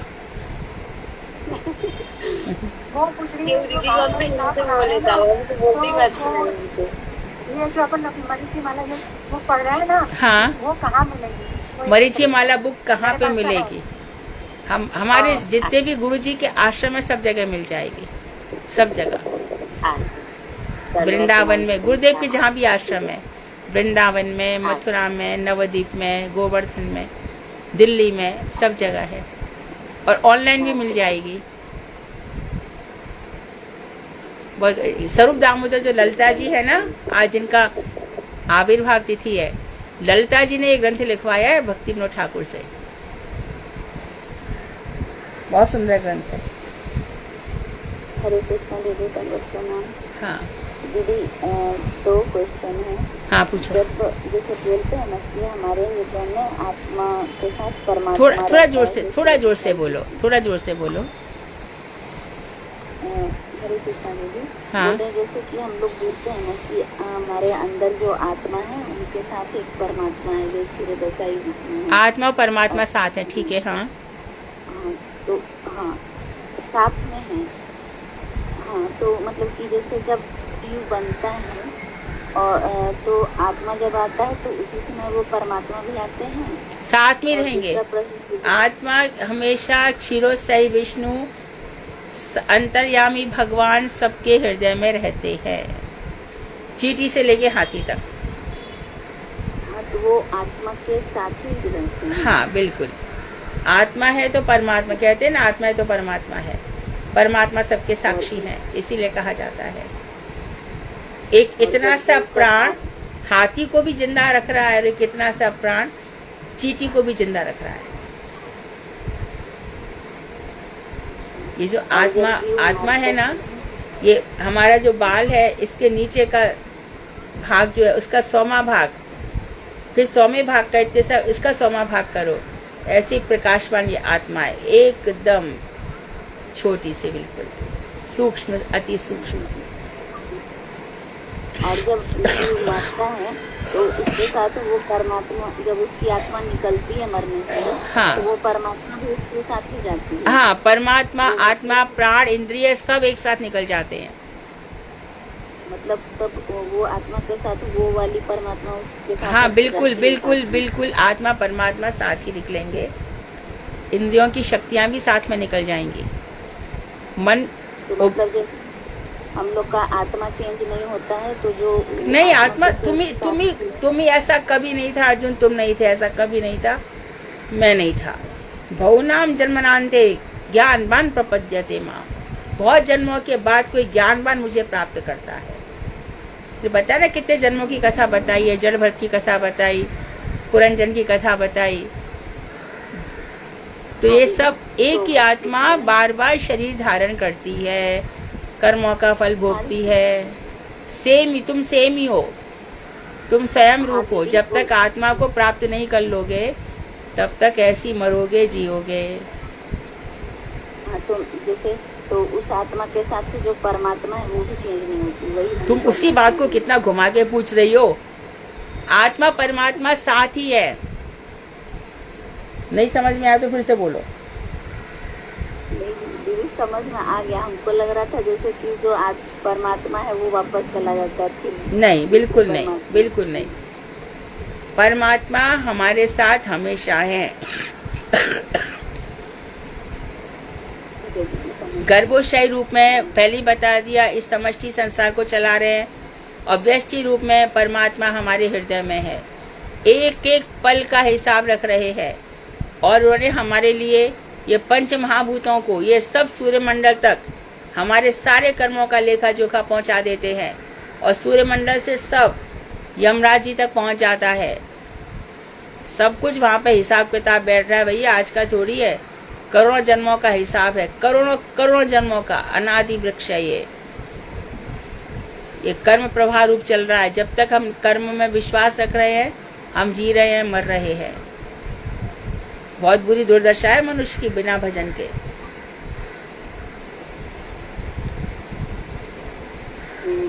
मतलब हम लोग कभी अकेले हैं नहीं, हमें हमेशा परमात्मा है हमारे। हाँ, आप अकेले बिना परमात्मा के आत्मा परमात्मा के आश्रय में रहती है हमेशा। और बहुत जरा गहराई में जाओगे, कभी हम बताएंगे मुक्त जीव, जो मुक्त जीव का वर्णन आएगा तब, तो उनकी जो आत्मा है एकदम शुद्ध रहती है। हम सब शुद्ध रूप में वैकुंठ में हैं। जब तक हमारा शुद्ध स्वरूप नहीं हो रहा है तब तक है। हमारे गुरु वैष्णव, उनका तो क्या है, वो लोग किस लिए आते हैं यहाँ पर? हम सबको सिखाने के लिए। उनको यहाँ आने की जरूरत ही नहीं, संसार में क्या लेने आए, उनको क्या चाहिए यहाँ पे? कामी पुरुष समझो जीता हुआ मरे के समान है। कामना रखी तो उसको बहुत दुखी होना पड़ता है। एक प्रश्न पूछने के लिए पहले क्षमा मांगते हैं अगर गलत होगा तो जैसे गुरु लोग हैं या मुक्त पुरुष हैं, तो वो तो राधा रानी के पास चले जाते हैं, तो अच्छा, मुक्त पुरुष राधा रानी के भक्त होंगे तो जाएंगे। मुक्त पुरुष यदि ऋषि मुनि बनना चाहे तो राधा रानी क्या करेंगी? नहीं दीदी, जैसे कि हम लोग गुरुदेव को बोलते हैं, तो जैसे हम सूर्यदशाई विष्णु वाले परमात्मा है। तो तुम्हारी आवाज मुझे सुनने में तकलीफ हो रही है, सभी को हो रही है। आवाज नहीं आ रही है तुम्हारी, थोड़ा और जोर से बोलो, थोड़ा जोर से बोलो, आवाज तब आएगी। हरे कृष्णा दीदी, हाँ। यार आवाज किसी और को आ रही है इनकी आवाज? बहुत स्लो आ रही है, देखो सभी को स्लो आ रही है। ठीक है दीदी, बाद में हम कभी या मैसेज करके पूछ लेंगे। हाँ ठीक है, ग्रुप में।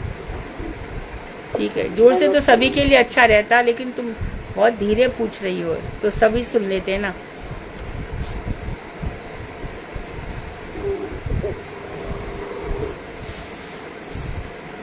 जैसे दीदी, जैसे हम लोग तो तटस्थ शक्ति से आए हैं, और जो गुरुदेव लोग हैं वो लोग तो और ऊपर से आते हैं ना, मतलब मुझे पूछना नहीं आ रहा होगा, तो उनकी आत्मा तो वापस गई, तो कैसे पूछे, समझ नहीं आ रहा।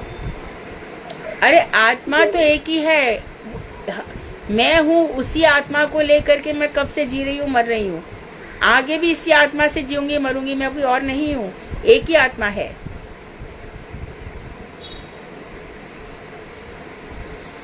दीदी हेमा दीदी शायद मुक्त जीव और बद्ध जीव के लिए पूछना चाहती हैं। हेमा दीदी, परमात्मा बद्ध जीव और मुक्त जीव दोनों तटस्था शक्ति से ही आते हैं।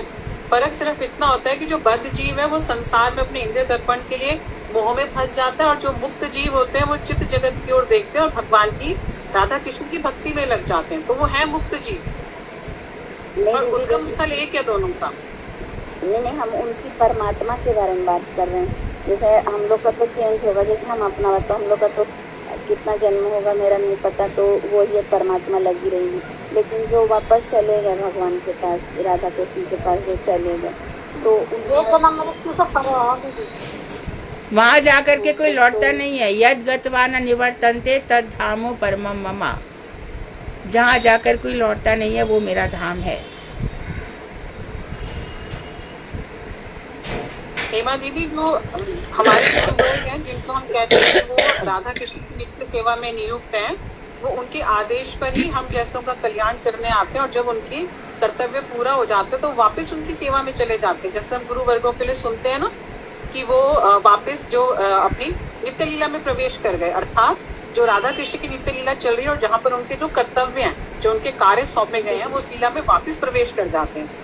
कंडीशन है कि वो हरे कृष्णा दीदी, इनका ये प्रश्न नहीं है, एक सेकेंड, इनका प्रश्न ये है, जिस तरह इन्होंने अभी आत्मा परमात्मा का जो क्वेश्चन किया, जो हमेशा हमारे साथ है, तो क्या मुक्त पुरुष के साथ भी हमेशा रहेंगे? जो क्यों नहीं रहेंगे? परमात्मा तो सबके साथ ही रहेंगे ना। प्रश्न ये है। अरे प्रश्न सुनो, ये प्रश्न ही नहीं है। परमात्मा चाहे मुक्त हो, चाहे बद्ध जीव हो, चाहे चींटी हो, चाहे हाथी हो, चाहे ब्रह्मा हो, सबके साथ परमात्मा रहेंगे। जब ब्रह्मा जी निकले थे सबसे पहले तो उन्होंने चारों तरफ देखा कि मैं कहाँ से आया, तब कौन था उनके सामने? तब भगवान ने यही तो बताया ना, अहमेवा समेवा अग्रे नान्यस्य सत्, मैं ही एक अकेला होता हूँ, मैं ही तेरे अंदर हूँ, मैं ही तेरे बाहर हूँ, मैं ही सब कुछ हूँ। कोई भी जीव हो, सबके अंदर परमात्मा है। परमात्मा अंदर भी है, बाहर भी, अंतर्यामी रूप से अंदर है। ध्रुव जब भजन कर रहे थे तो ध्रुव ने जब देखा कि जिस अंदर जिस भगवान का ध्यान कर रहे हैं, अब वो अंदर दिखाई नहीं दे रहे, कहाँ चले गए, देखे बाहर खड़े हैं। दीदी दोनों में यही अंतर है कि वो मुक्त पुरुष हैं, वो भगवान के सेवा में रहते हैं, और हम बद्ध हैं, इसीलिए हम भोग में लिप्त रहते हैं। बस इतना ही अंतर है। सुधा ने अच्छे से क्लियर किया। हाँ। बार बार पुनरपि मंदम पुनरपि दीनम पुनरपि मादी जगराग्नि में स्वनम, बार बार आना और बार बार जाना हमारा लगे रहता है। बिल्कुल यही है। और वे आपसे हैं सिर्फ यहाँ कल्याण करने के लिए, हम जैसे बद्ध जीवों का जो संसार में फंसे हुए हैं, आपके हम सब शक्ति से हैं, सर्वे मुक्त हुए, हम बच चुके हैं। नहीं दीदी, हम ये पूछ रहे थे ना कि हमारे अंदर तो परमात्मा क्षीरोदशाई विष्णु वाले हैं, उनके अंदर परमात्मा वही वाले हैं या? हाँ, सबके अंदर एक ही है, एक ही है हेमा। परमात्मा डिफरेंस थोड़ी करते हैं। सबके अंदर क्षीरो से विष्णु है, चाहे मुक्त जीव हो चाहे बद्ध जीव हो।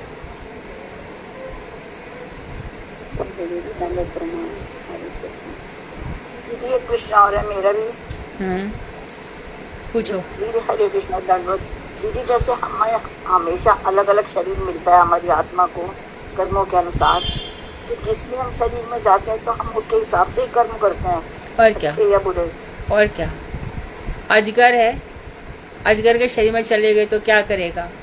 एक बार अजगर ने, मानो समझो अजगर ने एक बार समझो बकरे को खा लिया, अजगर को फिर 6 महीने तक कुछ भी खाने को नहीं चाहिए। और जो मनुष्य है, ये मनुष्य बकरा खाएगा, है ना, उसके बाद ईद पे खाएगा, दूसरे दिन फिर खाएगा, तीसरे दिन फिर खाएगा। मानो शेर एक हिरण को खा ले तो कम से कम 7 दिन तक वो कुछ भी नहीं खाता। मनुष्य हर दिन खा लेगा।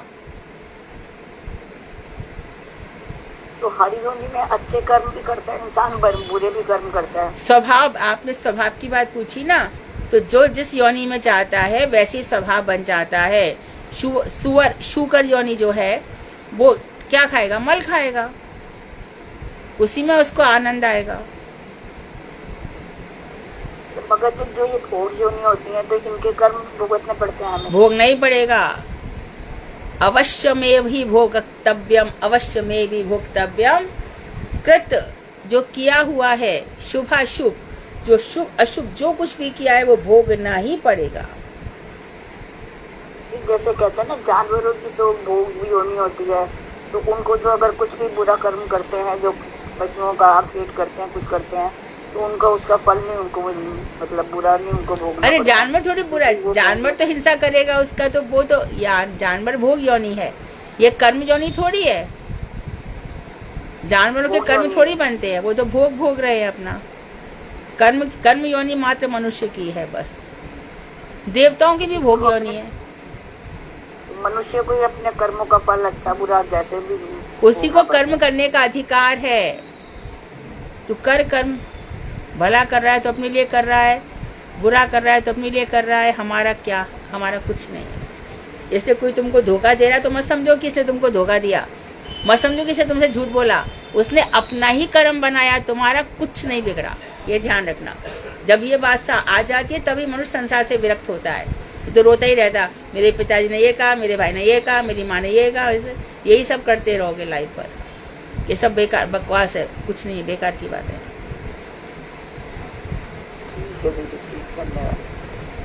भगवान कह रहे हैं, खुद भगवान कह रहे हैं, सारी बात तो स्वयं भगवान ने कही है उद्धव जी से। यही तो ये इसको भागवत कहते हैं। ये भागवत किसी को कोई सुनाएगा नहीं। जगत में एक जन ऐसा भागवत वक्ता नहीं है जो ये सब बातें बताए, क्योंकि खुद वहां पर बैठ करके, मंच पर बैठ करके वो ये सब करते हैं। धन लाओ, ये सब करो। अब समझ में आया ये नाच गाना, ड्रेस कोड, ये कलश वलश, ये सब क्यों मना किया जाता है?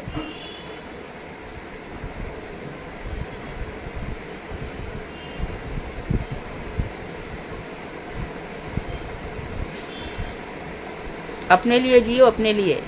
स्वांता सुखाय तुलसी रघुनाथ गाथा। तुलसीदास जी जब रामचरितमानस लिखा तो मैं अपने आनंद के लिए लिख रहा हूँ, भजन अपने लिए है।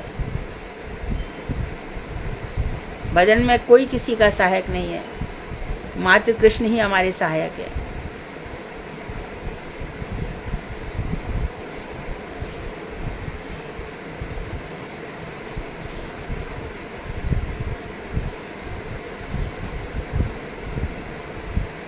हरे कृष्णा दीदी, मेरा भी एक प्रश्न है। जैसे कि दीदी हम मतलब भजन कर रहे हैं और भजन में कोई बाधाएं आने वाली है, हमें लग रहा है कि हाँ ये आने वाले हैं और हमारा भजन सही नहीं होगा, हमारा मंगला से, तो दीदी हमें उन्हें स्पष्ट बोल देना चाहिए ना कि मत आओ, इसमें कोई दोष है दीदी? तुम्हारा भजन जैसे से बढ़ता चला जाएगा ना, वैसे वैसे तुम्हें इन चीजों की परवाही नहीं होगी।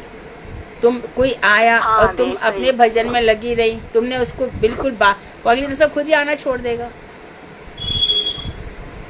हाँ दी हाँ। तुम जिस समय कह रहा था ना, नहीं इतना जल्दी नहीं छोड़ना चाहिए, मैंने साफ स्पष्ट मना कर दिया कि कोई जरूरी नहीं आने की, मेरा कार्तिक खराब हो जाएगा, तो नहीं बोलना चाहिए अभी इतना जल्दी, संसार के लोगों को नहीं छोड़ना चाहिए, ये वो। मेरे मन में मैं सिर्फ दीदी से ही पूछूंगी, दीदी तो कभी नहीं बोलेंगे। अगर कृष्ण साथ है तो दुनिया की कोई ताकत नहीं हमें कुछ कर सकती। बिल्कुल, ये श्रीमद् भागवत स्वयं कह रही है, कृष्ण स्वयं कह रहे हैं। अब कृष्ण की बातों का विरोध तो हम नहीं कर सकते ना, गुरु वैष्णव जो कह रहे हैं वही मानना है। बस हम में और संसार के लोगों में इतना ही अंतर है कि गुरु वैष्णव जो बोलते हमने मान लिया और संसार के लोग नहीं मान रहे हैं। हम कह रहे मानो जो वो कह रहे हैं, उसमें अपने मन की नहीं, हमारे अभी मैंने बताया ना, हमारे तो ऐसा नहीं होता, हमारे तो ऐसा होता है। अरे ऐसा मत करो, तुम्हारे साथ भूल गया, अभी तुम भगवान के हो गए, भगवान जो आज्ञा दे रहे हैं वो करो, तब तो तुम ठीक से जी लोगे, नहीं तो और 2-4 जन्म हो जाएंगे, क्या कर लोगे, रोक नहीं पाओगे। बुला लो जिनको बुलाने, आएंगे बैठेंगे, समय बर्बाद करेंगे, भजन बर्बाद करेंगे, फिर और 2-4 जन्म भोगो और तुम्हारे काम कुछ नहीं आएंगे। भगवान को छोड़ के हमारा कोई भी प्रियतम नहीं है।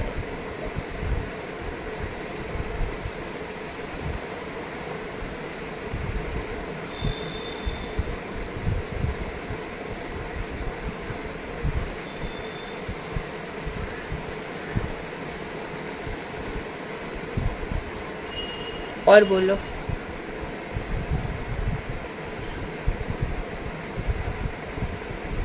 ठीक है, भागवत की कथा, समय काफी हो रहा है। सुधा कौन बोलने वाला है आज? दीदी आज आशा दीदी करेंगी। हाँ आशा जी बोलिए। आशा दीदी बोलिए, शुरू करिए। दीदी स्कंद 5 अध्याय 16 पेज 149। ओम अज्ञानम तिमिरंधस्य ज्ञानांजन शलाकया चक्षुर्नामिलितं येन तस्मै श्री गुरुवे नमः।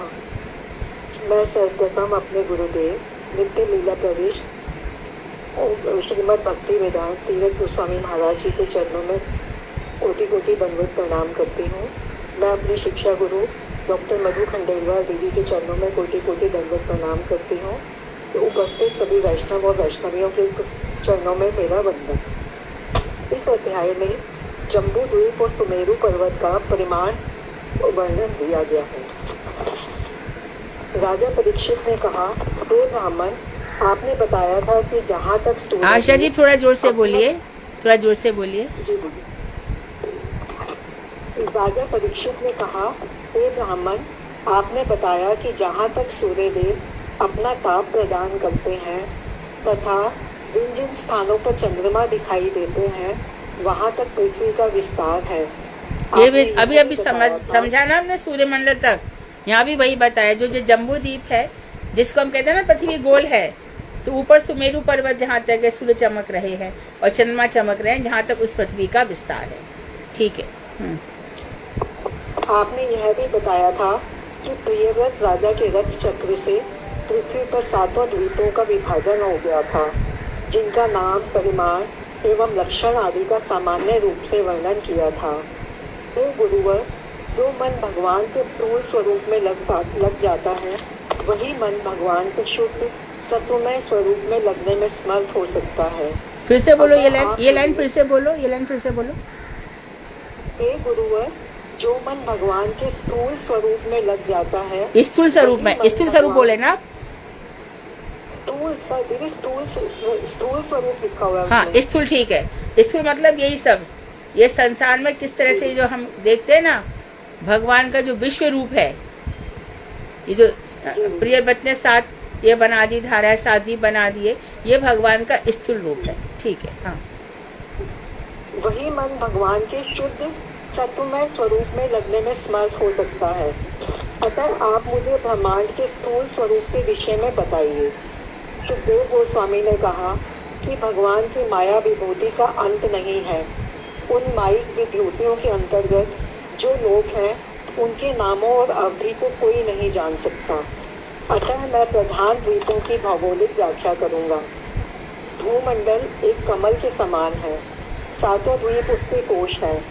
जम्बू द्वीप इस कोश का मध्यवर्ती स्थल है। इस जम्बू द्वीप की लंबाई और चौड़ाई 10 लाख योजन है, जो कमल के फूल की तरह गोल है। इस जम्बू द्वीप में 9 वर्ष हैं।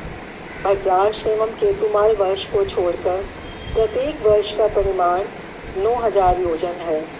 हिमालय आदि 8 पर्वतों से इन वर्षों की सीमाओं का विभाजन हुआ है। इन 9 वर्षों के अंतर्गत इलाव्रत नाम का 10वां वर्ष है, जो कमल कोश के मध्य भाग में स्थित है।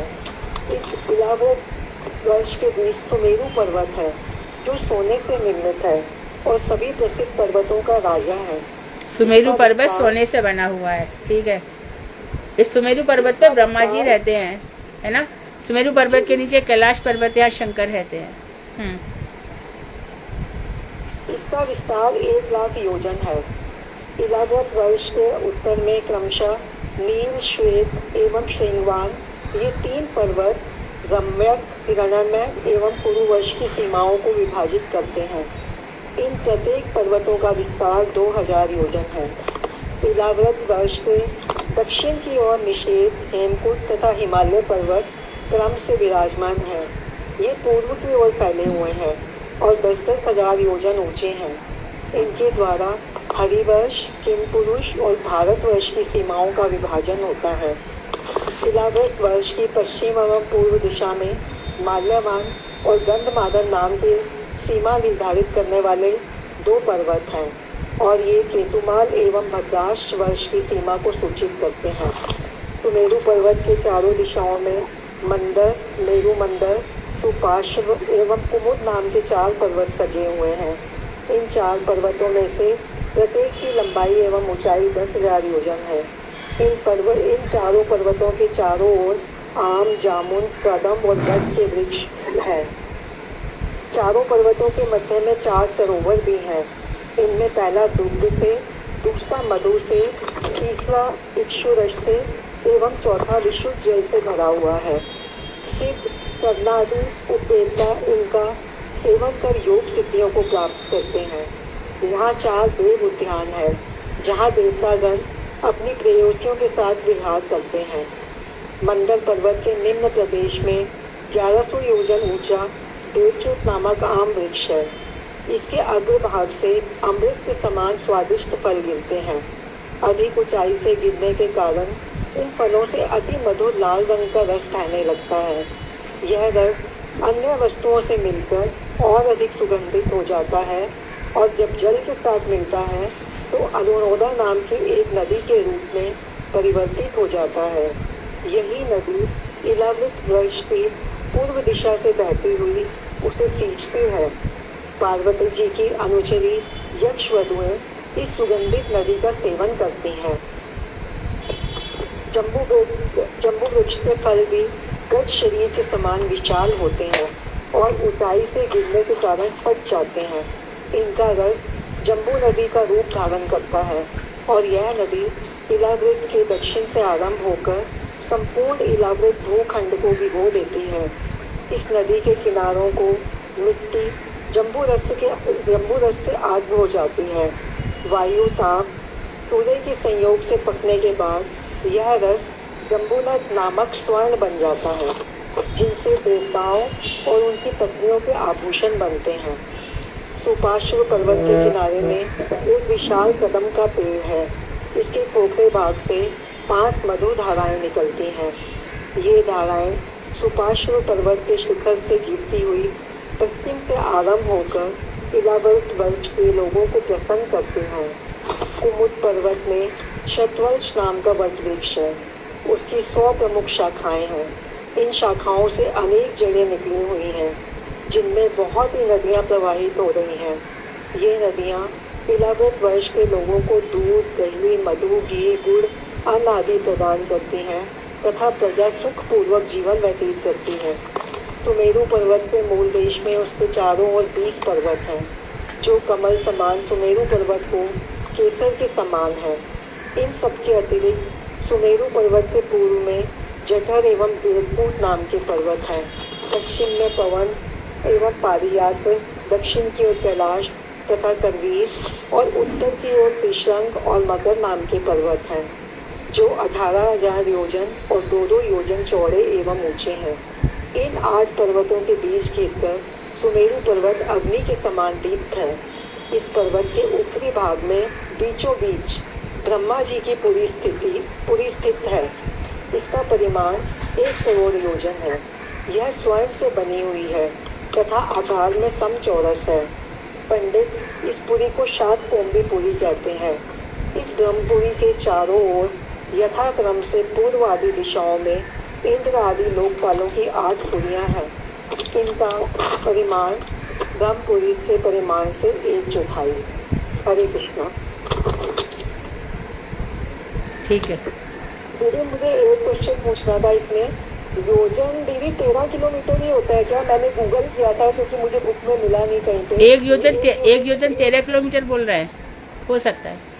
हाँ, गूगल में तो दीदी यही लिखा हुआ है 13 किलोमीटर। कहीं पे 8 मील लिखा हुआ है, कहीं पे 13 किलो। वैसे तो 8 मील इक्वल टू 13 किलोमीटर ही होता है, बट 1-2 जगह अलग अलग भी लिखा हुआ है, तो मुझे लगा एक बार आप। हाँ, वैसे ही होगा। हाँ, वैसे ही होगा। ठीक है। हरे कृष्णा दीदी, इसमें ये वर्ष क्यों बोलते हैं? हाँ, वर्ष जैसे भारतवर्ष, स्थान एक, जैसे 9 वर्ष ये स्थान है। ठीक है दीदी। जम्बू द्वीपे भारत खंडे ऐसे आता है, अजनाब वर्ष में। ठीक है दीदी। कोई राधा जी का भजन गा रहा है? जी दीदी, मैं सुनाती हूँ, प्रेस करती हूँ। हाँ, सुनाओ। दीदी कल क्लास है? कल क्लास नहीं है। ठीक है। कल हमारी क्लास वहाँ पे होगी, हम फेसबुक पे ब्रॉडकास्ट करेंगे। दीदी कितने बजे से होगी वो? ऐसे तो 4 बजे का टाइम दिया है, पर हाँ 4-5 4:30 पौने 5 तक हो बज जाएंगे। हाँ, ठीक है। गुरुवे गौरचंद्राय राधिकाय तदालय कृष्णाय कृष्ण भक्ताय पदभक्ताय ये ब्रजरस धारा का ही भजन है, मैं प्रयास करती हूँ। इना गा रही ना? इना जी जी जी। किशोरी तेरे चरणन की रज पाऊं, किशोरी तेरे चरणन की रज पाऊं, जाकर रज ब्रह्मादिक तर से, जाकर रज ब्रह्मादिक तर से, सोई रज शीस चढ़ाऊं, सोई रज शीस चढ़ाऊं, किशोरी तेरे चरणन की रज पाऊं, किशोरी तेरे चरणन की रज पाऊं, बैठी रहूं कुंजन के कुंज